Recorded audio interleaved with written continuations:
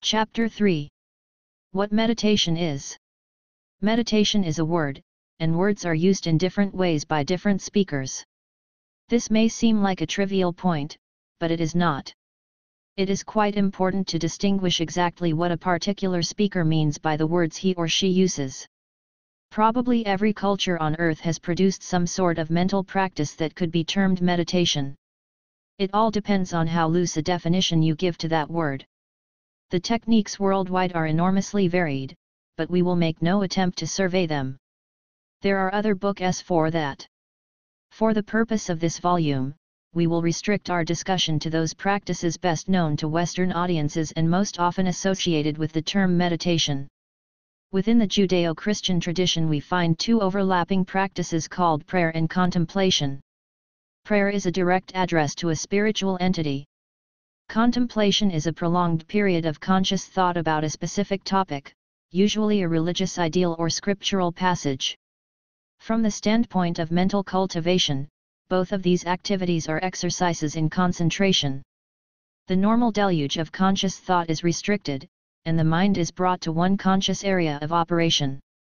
The results are those you find in any concentrative practice: deep calm, a physiological slowing of the metabolism, and a sense of peace and well-being. Out of the Hindu tradition comes yogic meditation, which is also purely concentrative. The traditional basic exercises consist of focusing the mind on a single object, a stone, a candle flame, a syllable, or whatever, and not allowing it to wander. Having acquired the basic skill, the yogi proceeds to expand his practice by taking on more complex objects of meditation: chants, colorful religious images, energy channels in the body, and so forth. Still, no matter how complex the object of meditation, the meditation itself remains purely an exercise in concentration. Within the Buddhist tradition, concentration is also highly valued. But a new element is added and more highly stressed: the element of awareness. All Buddhist meditation aims at the development of awareness, using concentration as a tool toward that end. The Buddhist tradition is very wide, however, and there are several diverse routes to this goal. Zen meditation uses two separate tacks. The first is the direct plunge into awareness by sheer force of will. You sit down and you just sit, meaning that you toss out of your mind everything except pure awareness of sitting. This sounds very simple. It is not. A brief trial will demonstrate just how difficult it really is.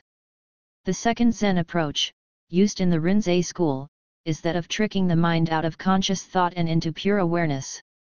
This is done by giving a student an unsolvable riddle, which he must solve nonetheless, and by placing him in a horrendous training situation. Since he cannot escape from the pain of the situation, he must flee into a pure experience of the moment. There is nowhere else to go. Zen is tough. It is effective for many people, but it is really tough.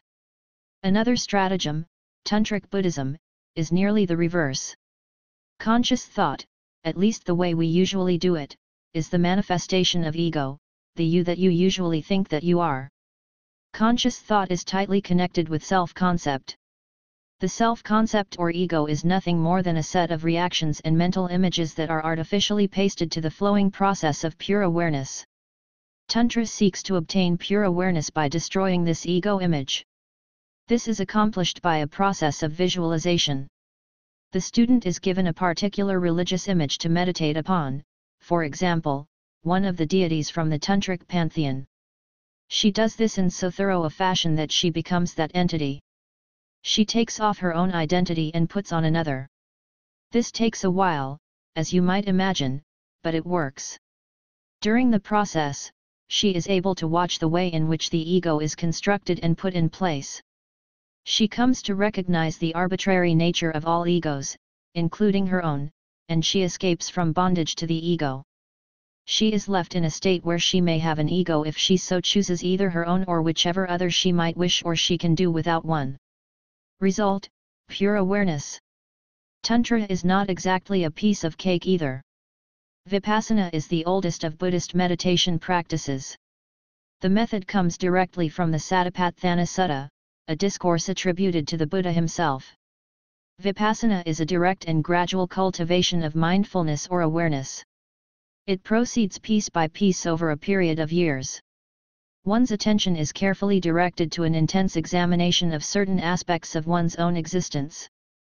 The meditator is trained to notice more and more of the flow of life experience. Vipassana is a gentle technique, but it also is very, very thorough. It is an ancient and codified system of training your mind, a set of exercises dedicated to the purpose of becoming more and more aware of your own life experience. It is attentive listening, mindful seeing, and careful testing. We learn to smell acutely, to touch fully, and really pay attention to the changes taking place in all these experiences. We learn to listen to our own thoughts without being caught up in them. The object of Vipassana practice is to learn to see the truths of impermanence, unsatisfactoriness, and selflessness of phenomena. We think we are doing this already, but that is an illusion. It comes from the fact that we are paying so little attention to the ongoing surge of our own life experiences that we might just as well be asleep. We are simply not paying enough attention to notice that we are not paying attention. It is another CATCH22. Through the process of mindfulness, we slowly become aware of what we really are, down below the ego image. We wake up to what life really is. It is not just a parade of ups and downs, lollipops, and smacks on the wrist. That is an illusion. Life has a much deeper texture than that if we bother to look, and if we look in the right way. Vipassana is a form of mental training that will teach you to experience the world in an entirely new way. You will learn for the first time what is truly happening to you, around you, and within you. It is a process of self-discovery, a participatory investigation in which you observe your own experiences while participating in them. The practice must be approached with this attitude: never mind what I have been taught. Forget about theories and prejudices and stereotypes. I want to understand the true nature of life. I want to know what this experience of being alive really is. I want to apprehend the true and deepest qualities of life, and I don't want to just accept somebody else's explanation. I want to see it for myself. If you pursue your meditation practice with this attitude, you will succeed. You'll find yourself observing things objectively, exactly as they are flowing and changing from moment to moment. Life then takes on an unbelievable richness that cannot be described. It has to be experienced. The Pali term for insight meditation is Vipassana Bhavana. Bhavana comes from the root bhu, which means to grow or to become. Therefore, bhavana means to cultivate, and the word is always used in reference to the mind. Bhavana means mental cultivation. Vipassana is derived from two roots. Passana means seeing or perceiving. Six is a prefix with a complex set of connotations that can be roughly translated as in a special way, and also into and through a special way. The whole meaning of the word Vipassana is looking into something with clarity and precision, seeing each component as distinct, and piercing all the way through to perceive the most fundamental reality of that thing. This process leads to insight into the basic reality of whatever is being examined. Put these words together and Vipassana Bhavana means the cultivation of the mind toward the aim of seeing in the special way that leads to insight and full understanding. In Vipassana meditation we cultivate this special way of seeing life. We train ourselves to see reality exactly as it is, and we call this special mode of perception mindfulness. This process of mindfulness is really quite different from what we usually do. We usually do not look into what is actually there in front of us. We see life through a screen of thoughts and concepts, and we mistake those mental objects for reality. We get so caught up in this endless thought stream that reality flows by unnoticed. We spend our time engrossed in activity, caught up in an eternal pursuit of pleasure and gratification and eternal flight from pain and unpleasantness. We spend all of our energies trying to make ourselves feel better, trying to bury our fears, endlessly seeking security. Meanwhile, the world of real experience flows by untouched and untasted. In Vipassana meditation we train ourselves to ignore the constant impulses to be more comfortable, and we dive into reality instead. The irony of it is that real peace comes only when you stop chasing it. Another CATCH22. When you relax your driving desire for comfort, real fulfillment arises. When you drop your hectic pursuit of gratification, the real beauty of life comes out. When you seek to know reality without illusion, complete with all its pain and danger, real freedom and security will be yours. This is not a doctrine we are trying to drill into you. It is an observable reality, something you can and should see for yourself. Buddhism is 2,500 years old, and any thought system of such vintage has time to develop layers and layers of doctrine and ritual. Nevertheless, the fundamental attitude of Buddhism is intensely empirical and anti-authoritarian. Gautama the Buddha was a highly unorthodox individual and a real anti-traditionalist. He did not offer his teaching as a set of dogmas, but rather as a set of propositions for each individual to investigate for him or herself. His invitation to one and all was, "Come and see." One of the things he said to his followers was, "Place no head above your own." By this he meant, don't just accept somebody else's word. See for yourself. We want you to apply this attitude to every word you read in this manual. We are not making statements that you should accept merely because we are authorities in the field. Blind faith has nothing to do with this. These are experiential realities. Learn to adjust your mode of perception according to instructions given in the book, and you will see for yourself. That, and only that, will provide grounds for your faith. Essentially, insight meditation is a practice of investigative personal discovery. Having said this, we will present here a very short synopsis of some of the key points of Buddhist philosophy. We make no attempt to be thorough, since that has been quite nicely done in many other books. But since this material is essential to understanding Vipassana, some mention must be made. From the Buddhist point of view, we human beings live in a very peculiar fashion. We view impermanent things as permanent, though everything is changing all around us. The process of change is constant and eternal. Even as you read these words, your body is aging.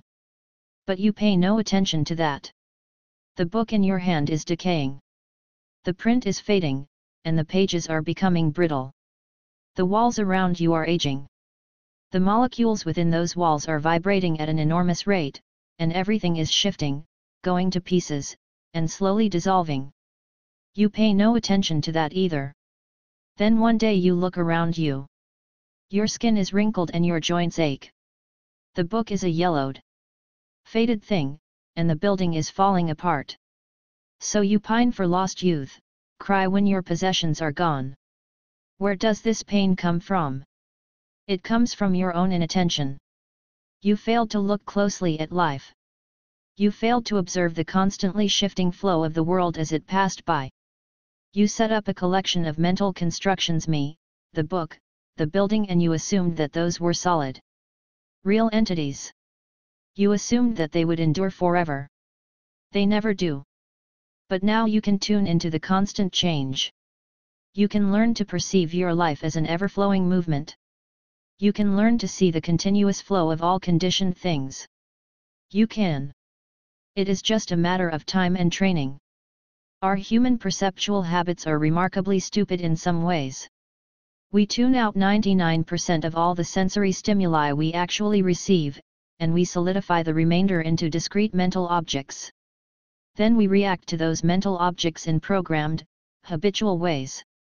An example: there you are, sitting alone in the stillness of a peaceful night. A dog barks in the distance, which, in itself, is neither good nor bad. Up out of that sea of silence come surging waves of sonic vibration. You start to hear the lovely complex patterns, and they are turned into scintillating electronic stimulations within the nervous system. The process should be used as an experience of impermanence, unsatisfactoriness, and selflessness. We humans tend to ignore it totally. Instead, we solidify that perception into a mental object. We paste a mental picture on it and launch into a series of emotional and conceptual reactions to it. There is that dog again. He is always barking at night. What a nuisance. Every night he is a real bother. Somebody should do something. Maybe I should call a cop.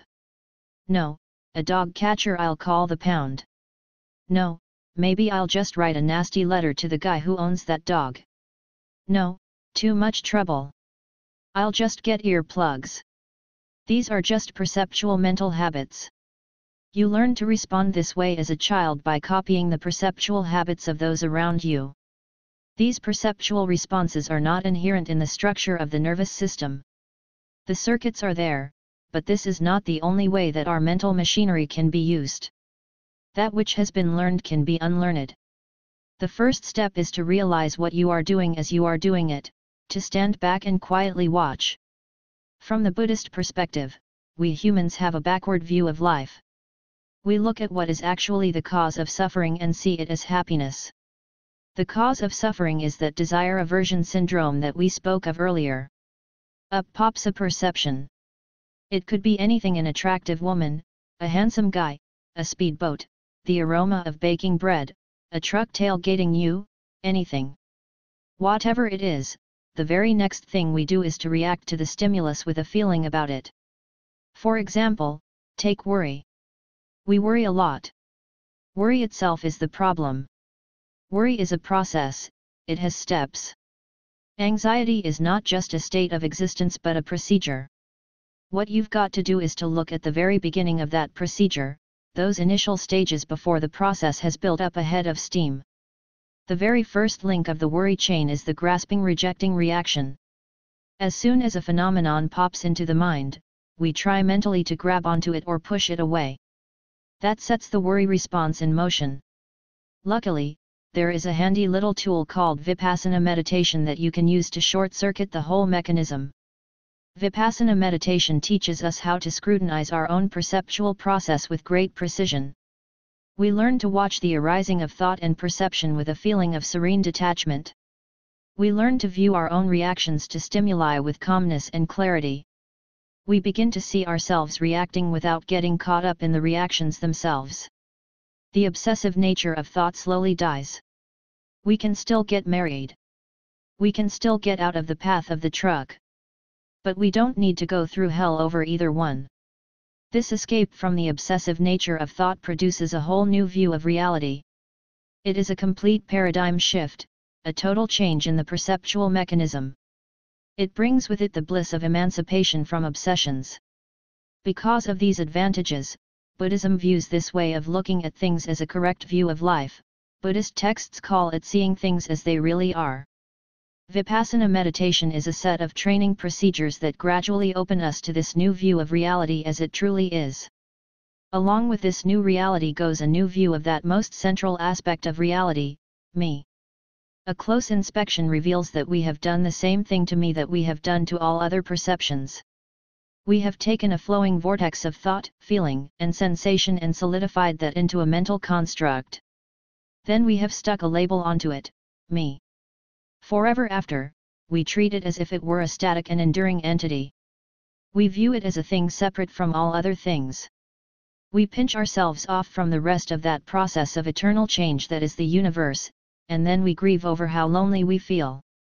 We ignore our inherent connectedness to all other beings and decide that I have to get more for me, then we marvel at how greedy and insensitive human beings are. And on it goes. Every evil deed, every example of heartlessness in the world, stems directly from this false sense of me as distinct from everything else. If you explode the illusion of that one concept, your whole universe changes. Don't expect to be able to do this overnight, though. You spent your whole life building up that concept, reinforcing it with every thought, word, and deed over all those years. It is not going to evaporate instantly. But it will pass if you give it enough time and attention. Vipassana meditation is a process by which that concept is dissolved. Little by little, you chip away at it, just by observing it. The I concept is a process. It is something we are constantly doing. With Vipassana we learn to see that we are doing it, when we are doing it, and how we are doing it. Then that mindset moves and fades away, like a cloud passing through a clear sky. We are left in a state where we can decide to do it or not, whichever seems appropriate to the situation. The compulsiveness is gone, now we have a choice. These are all major insights. Each one is a deep-reaching understanding of one of the fundamental issues of human existence. They do not occur quickly, nor without considerable effort. But the payoff is big. They lead to a total transformation of your life. Every second of your existence thereafter is changed. The meditator who pushes all the way down this track achieves perfect mental health, a pure love for all that lives, and complete cessation of suffering. That is no small goal. But you don't have to go the whole way to reap benefits.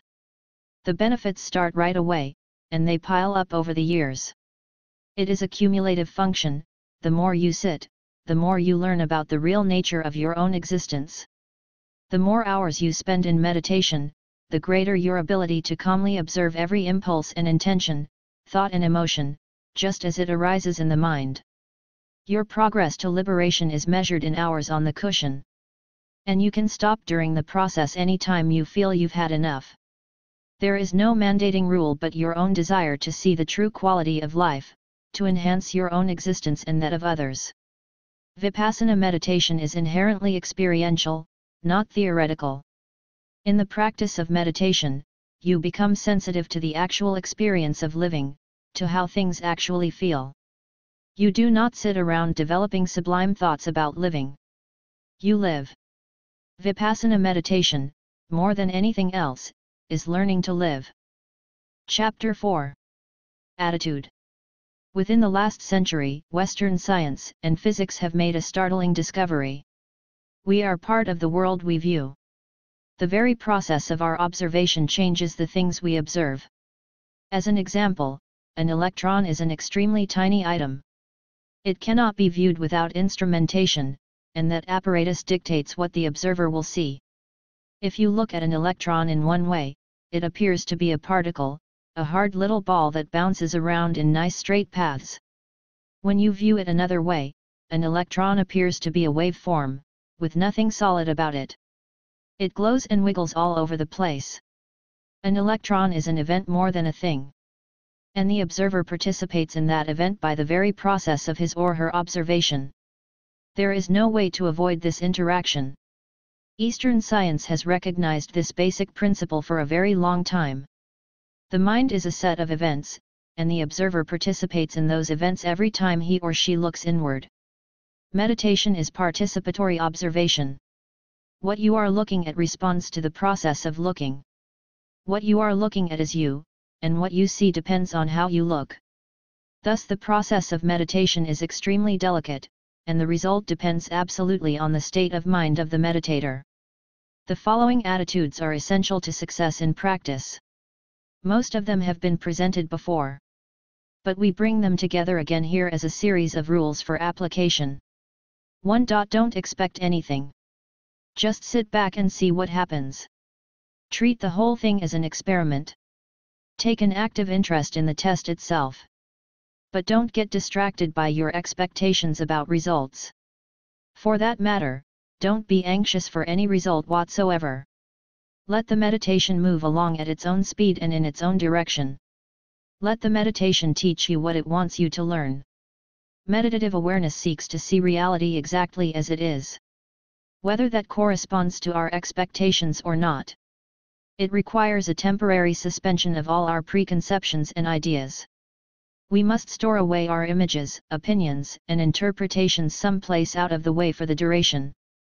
Otherwise we will stumble over them. 2. Don't strain, don't force anything or make grand exaggerated efforts.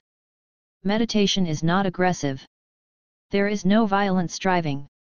Just let your effort be relaxed and steady. 3. Don't rush, there is no hurry, so take you time. Settle yourself on a cushion and sit as though you have a whole day.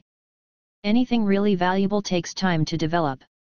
Patience, patience, patience. 4. Don't cling to anything and don't reject anything, let come what comes and accommodate yourself to that, whatever it is.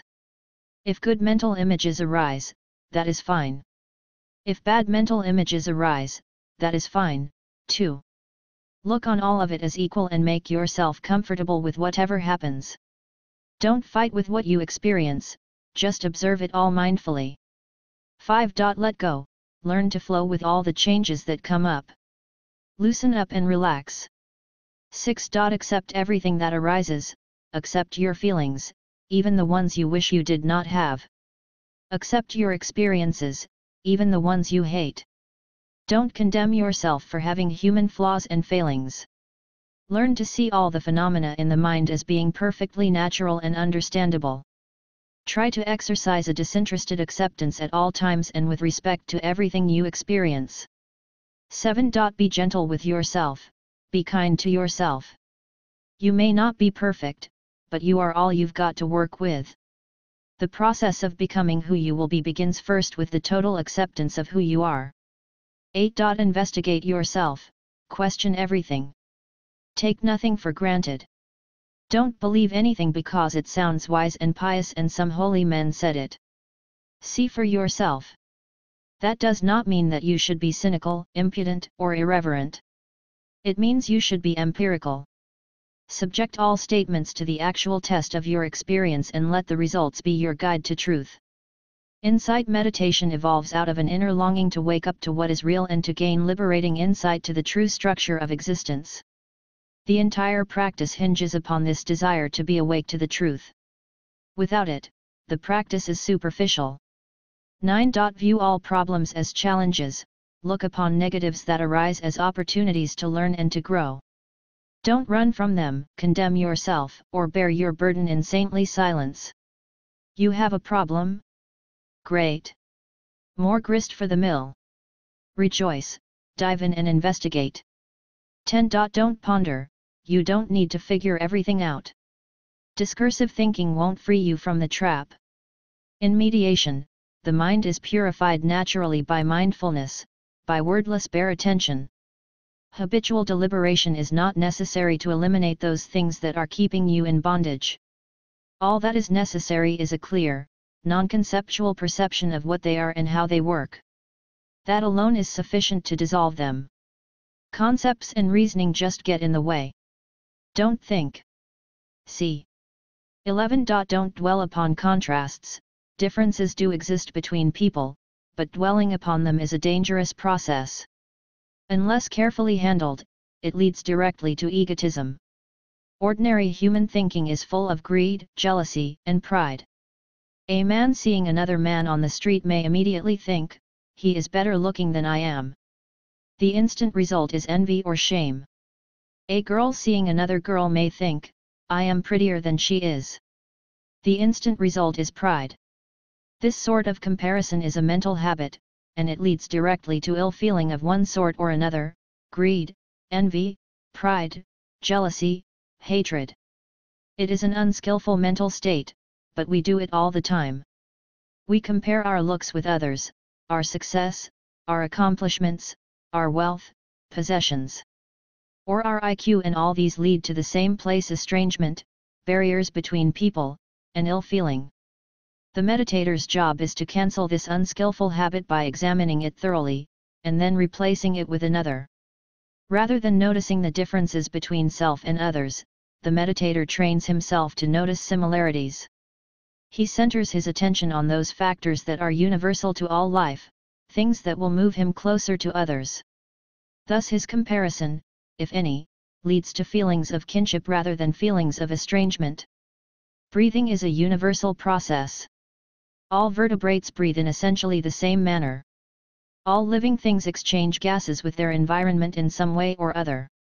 This is one of the reasons that breathing is chosen as the focus of meditation.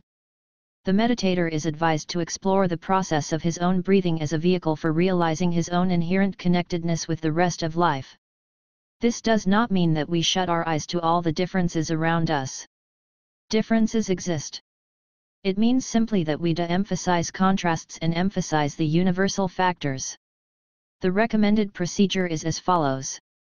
When the meditator perceives any sensory object, he is not to dwell upon it in the ordinary egotistical way. He should rather examine the very process of perception itself. He should watch the feelings that arise and the mental activities that follow. He should note the changes that occur in his own consciousness as a result. In watching all these phenomena, the meditator must be aware of the universality of what he is seeing. That initial perception will spark pleasant, unpleasant, or neutral feelings. That is a universal phenomenon. It occurs in the mind of others just as it does in his. And he should see that clearly. Following these feelings, various reactions may arise. He may feel greed, lust, or jealousy. He may feel fear, worry, restlessness, or boredom. These reactions are universal. He simply notes them and then generalizes. He should realize that these reactions are normal human responses and can arise in anybody.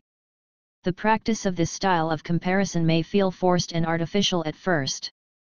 But it is no less natural than what we ordinarily do. It is merely unfamiliar. With practice, this habit pattern replaces our normal habit of egoistic comparing and feels far more natural in the long run. We become very understanding people as a result. We no longer get upset by the failings of others. We progress toward harmony with all life.